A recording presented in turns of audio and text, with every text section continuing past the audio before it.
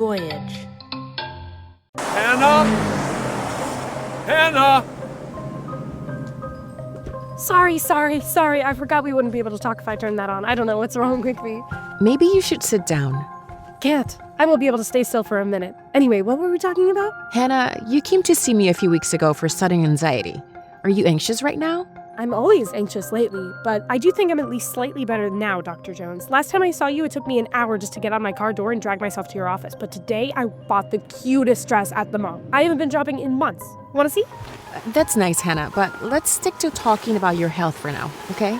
Did your primary caregiver prescribe anything? I had someone prescribe me antidepressants, but I decided not to take it, and honestly, I feel so much better. Does that window pane look dirty to you? It's spotless. No, it's not. I'll be right back. I gotta get the window cleaner from the garage. You see what I mean?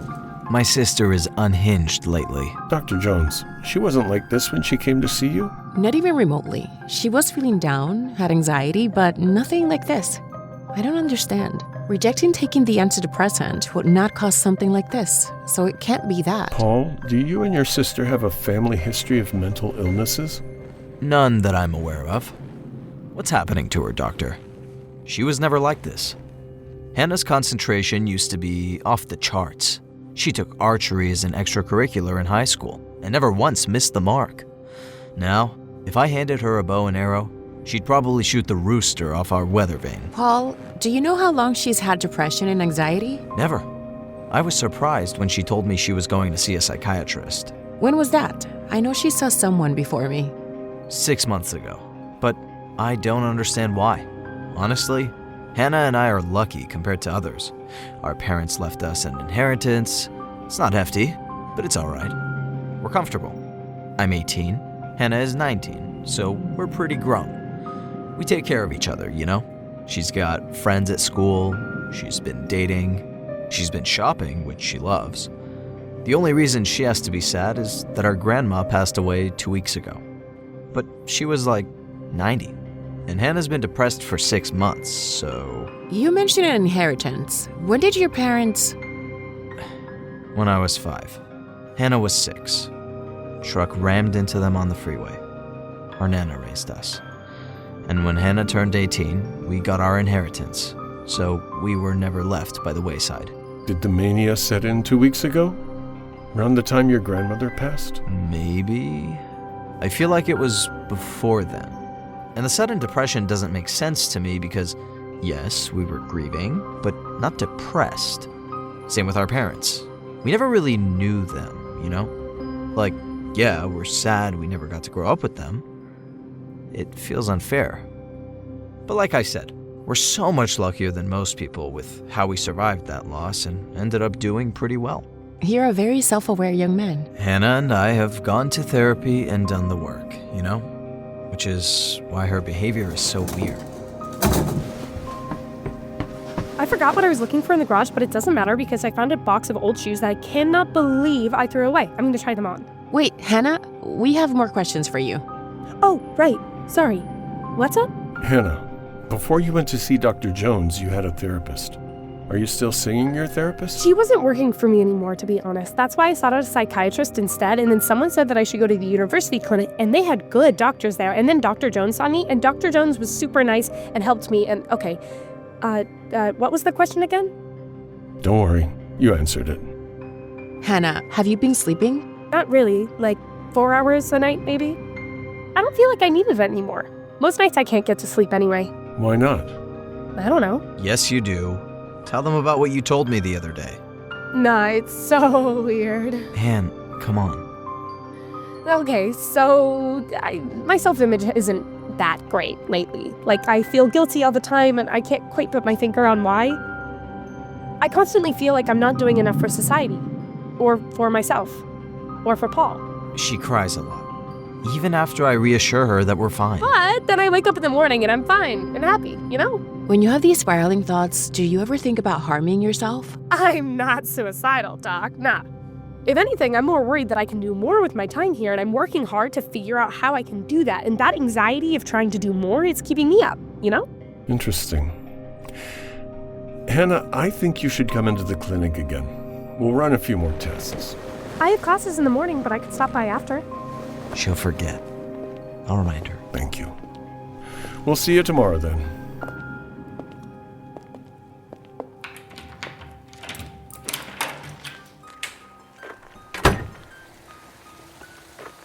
Theories? A few, but I can't say anything definitive until I run some more tests on... Whoa, Dr. Young, are you okay? Just a little stumble. You've been kind of clumsy and unsteady for a few days now, and you're speaking slower because your brain is so tired it can't function. I think you need to go home and rest. I don't have that luxury. In any case, I'm fine. I promise. You're not fine. Look, I don't know what's going on with your sleep schedule, and maybe it's none of my business, but if you're not sleeping at all...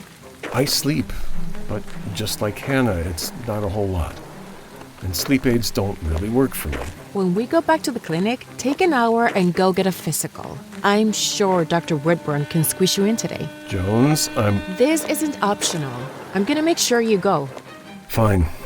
I'll go.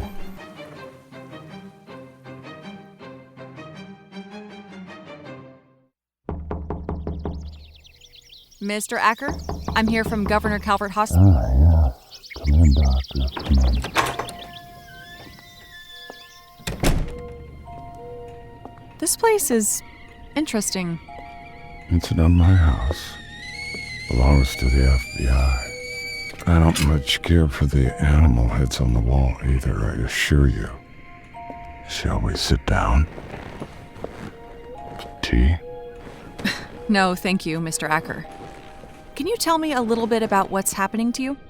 First, did they tell you about me, doctor? A little. And you still came? It's my job, Mr. Acker. That, or they didn't tell you everything? You're a witness in the Connor family murder case. You tried to flee the country. Because of that, you're also now a suspect in that case. So, until the authorities can sort out your complicated situation, you're stuck here. And you want to find out if I'm guilty, if I did it? Not even slightly. That's not my job. I'm here, Mr. Acker, because you told your handler you were having hallucinations and vivid nightmares. I'm here to find out when those started and what they're like, if you can tell me. I'm not sure if it's this place, or if it's the memories of what I witnessed, but every night, I hear the invisible man. Invisible man. Intellectually, I know he's probably in my head. But a part of me, well, I can feel him standing next to me, you know? Sometimes he holds me down, whispers in my ear. What does he say? He speaks in tongues, a language I can never really understand. But every night, the same satanic words. They get jumbled in my mind like a word salad.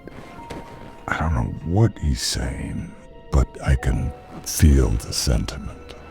Which is? He wants to kill me, hurt me. He just hasn't figured out how to do it yet. But when he does, he will get me. Do you have a family history of any psychological disorders? None. I'm the first person in my family that witnessed a murder, or was accused of one. Which means it's probably trauma from the incident. Except for the fact that I've had these visions before. You have? I was in the hospital for a heart condition a few months before the Connor murders. In the hospital, I saw... well, I felt someone try to choke me. I thought it was one of the nurses or a doctor. Or maybe another patient. But in the morning, I was assured no one was in my room. They checked the hallway cameras. No one entered my room that night. But then, who choked me? Mr. Acker, are you on any new or updated medication? I'm on heart medication, but there's no side effects from that. I'm a normal guy, Doc.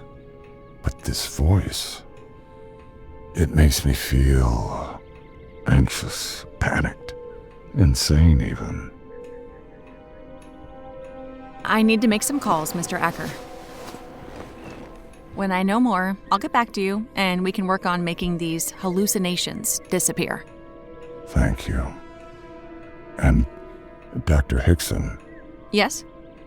in case it matters, I didn't kill the Connors. I'll see you soon.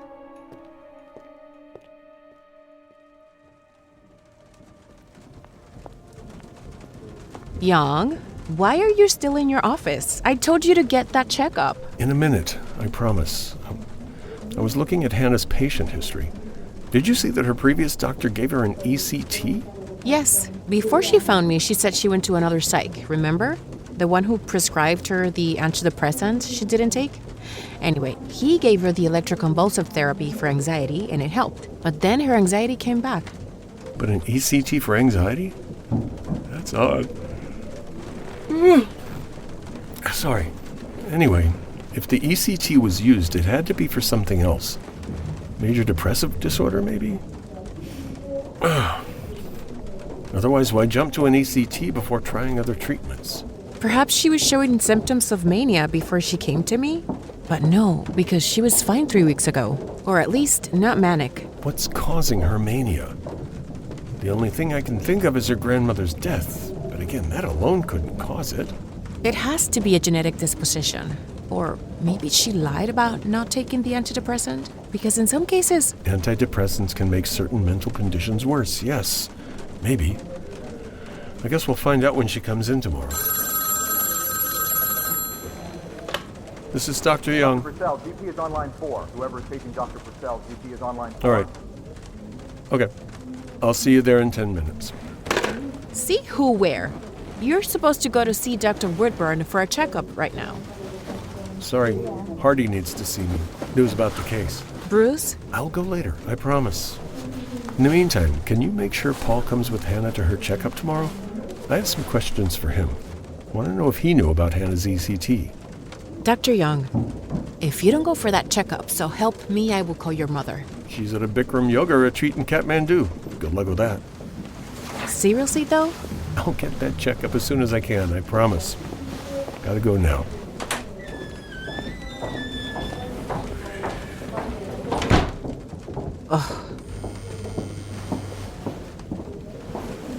Hicks? Hey, are you at the clinic? Is Dr. Young with you? Feels like he hasn't slept properly in weeks. He's stumbling around everywhere, and now he's dodging getting a physical. He's still in Zombieland, huh? Oh, we gotta trick him into doing it. Okay, when I'm back in the office, we should tell him there's a patient waiting for him in the clinic and then lock him in a room with Dr. Woodburn or something. Bit unethical. But yeah, maybe we should. He's a grown man. We can only do so much. What did you need? Right. So, there's this case I'm on with the FBI. Mass murder witness. And also possibly mass murder suspect. Oh, wow. Yeah. Anyway, he's having hallucinations. Says he gets them right before he falls asleep. Like he can feel someone in the room next to him. Talking to him in the dark, but there's no one there. To him, what he's seeing is vivid. It feels real. Just when I thought the potential mass murderer part was the creepiest part of this story. Yeah, welcome to my life. Anyway, it's not trauma related, because he said this has happened to him once before when he was in the hospital. Have you ever heard of anything like this happening in cases of extreme stress?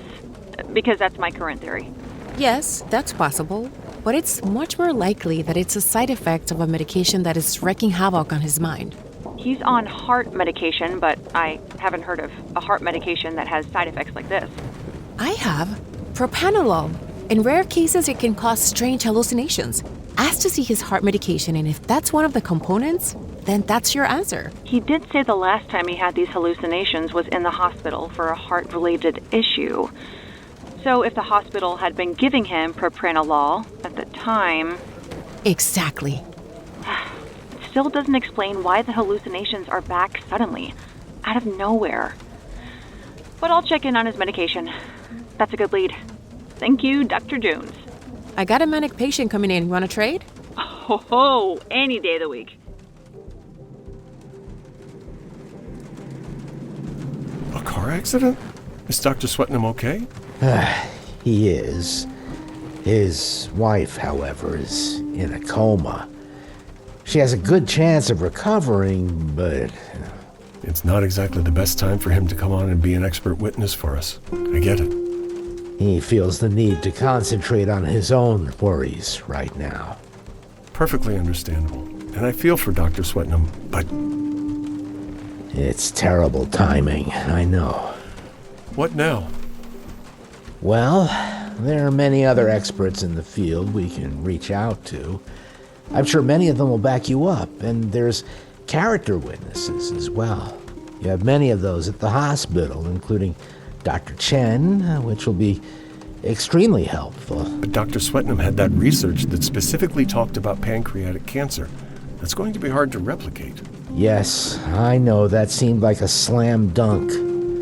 But there's more than one way to do this.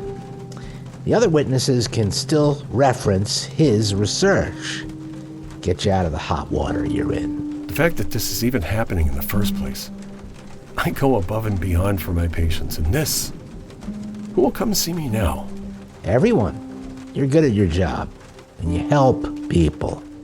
You're in the middle of a lawsuit, and you're still continuing to help people. I guess. You're not hot shit as a doctor until someone sues you. Welcome to the club. Dr. Isaac, dial 0.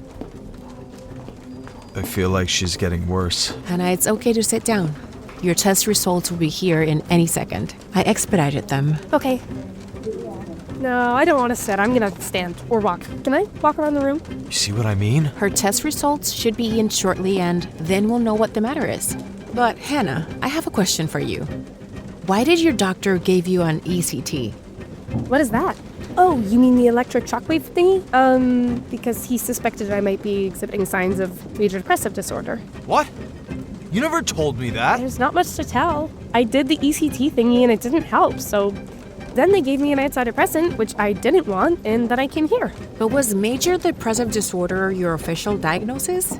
We saw in your patient history that you had an ECT, but there was no information as to why it had been administered. I don't know. Is this an Anne Gadenis photo? I learned about her in my photography class. I always wondered why she liked babies so much. I mean, they can't be that easy to photograph. Hannah? Sorry I'm late. I grabbed Hannah's test results on the way in. Great. Hannah, based on your symptoms, the fact that you were given an ECT test, and your blood work, I'm putting all that evidence together to conclude you have bipolar disorder, type 1. No, I don't think so. I mean, I just don't feel like I have that, you know? Plus, the ECT was for major depressive disorder. Was that an official diagnosis? Well, no. He did say... He said I could be bipolar, but, like, it was mostly theoretical, I think. Why didn't you tell me any of this? Because I don't want to be bipolar. Can't it be something else? It could be, and we'll work to find out. But I agree with your previous doctor that this is the most likely diagnosis. I can't be bipolar. I know people who are bipolar. They're not like this. Who do you know who's bipolar? Grandma. What are you talking about? Nana was never bipolar. She was. You didn't need to know. But she was so hard to deal with sometimes, Paul. I can't be like that. I just can't. Hannah. Some days I would wake up to her crying. And she would try to hide it, but the walls were thin and I could hear her. Do you know what that does to your brain? To expect to wake up to an alarm clock of sobs. I mean, how can anyone have a happy day after that? And one day I went to the grocery store with her and she bought a nice sheet cake for us all, just because. And then when we got home, she threw it out. Like, suddenly she decided she didn't want it and we shouldn't have it either. But that doesn't sound like her at all. Nana was so rational. No, she wasn't. At least, not all the time. And I tried my best to make sure you never saw it. Han, what else don't I know? I don't know. You think everything has been okay because I've made it seem that way, but I don't know. I feel sad all the time. And when I'm not sad or anxious, I feel ecstatic to the point where it's scary. Like I'm watching myself. I'm so tired. This is not an easy diagnosis. But Hannah, I believe there's more to the story here. There could be a specific trigger. We have to identify yours. Will antidepressants help her? Is that why it's gotten so bad? No, I don't want antidepressants. The thing is, I don't think she should be on antidepressants. At least not the brand her previous doctor prescribed. That actually makes bipolar disorder worse. It does? Yes, which is why this is so confusing. If she'd been taking antidepressants, I'd understand the mania because the pills might be her trigger. I'd take her off them. But truthfully, if you aren't taking them, Hannah... I'm not. I don't know why this is happening to me. Here's some tissues, Hannah. It's all right. Dr. Young, can I speak to you outside for a moment? Of course.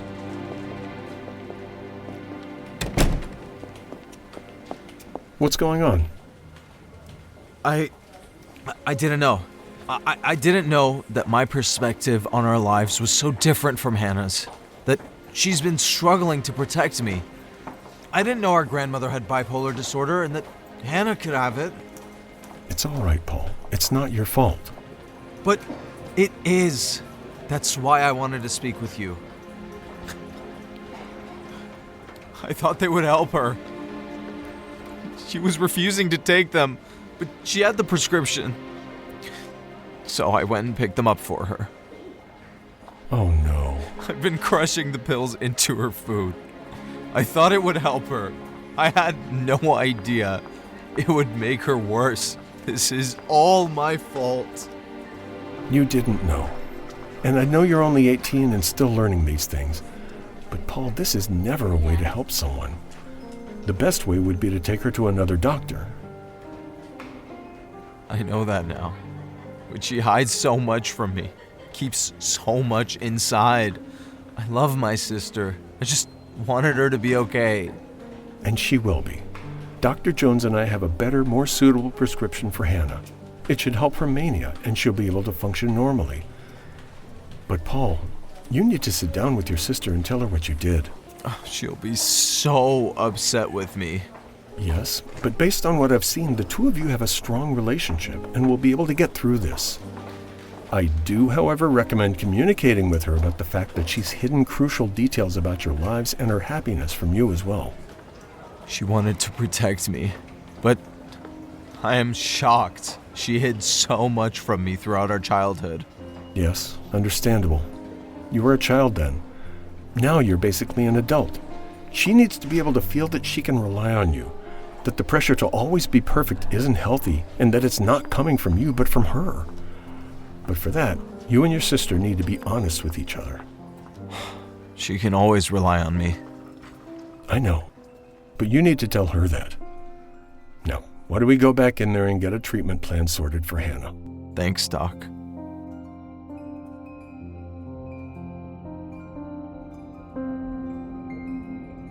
Her brother was crushing her pills into her food? Yikes. Manic switch. Yes, they'll be okay though.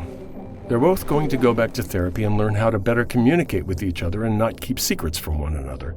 And we'll continue to monitor them too. What happened with the mass murderer you were dealing with, Hicks? Mass murderer? I don't know if he actually is a mass murderer or not. And honestly, I'm better off not knowing because that guy gives me the heebie-jeebies. But it turns out, Jones, you were right. He was given propranolol in the hospital when he was in there for his heart issue. What he didn't realize is that he was also given a diuretic for high blood pressure and was taken off propranolol. Apparently, his blood pressure didn't respond adequately to the diuretic.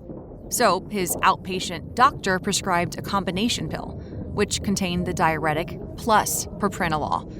The combo pill was the issue, which is why he started having hallucinations again. I recommended a new prescription. All's well, that ends well. Dr. Young? Oh my God. He's unconscious. Dr. Young! We need to get him to the ER. Dr. Young? Can you hear me? Young! Dr. Young! Dr. Young!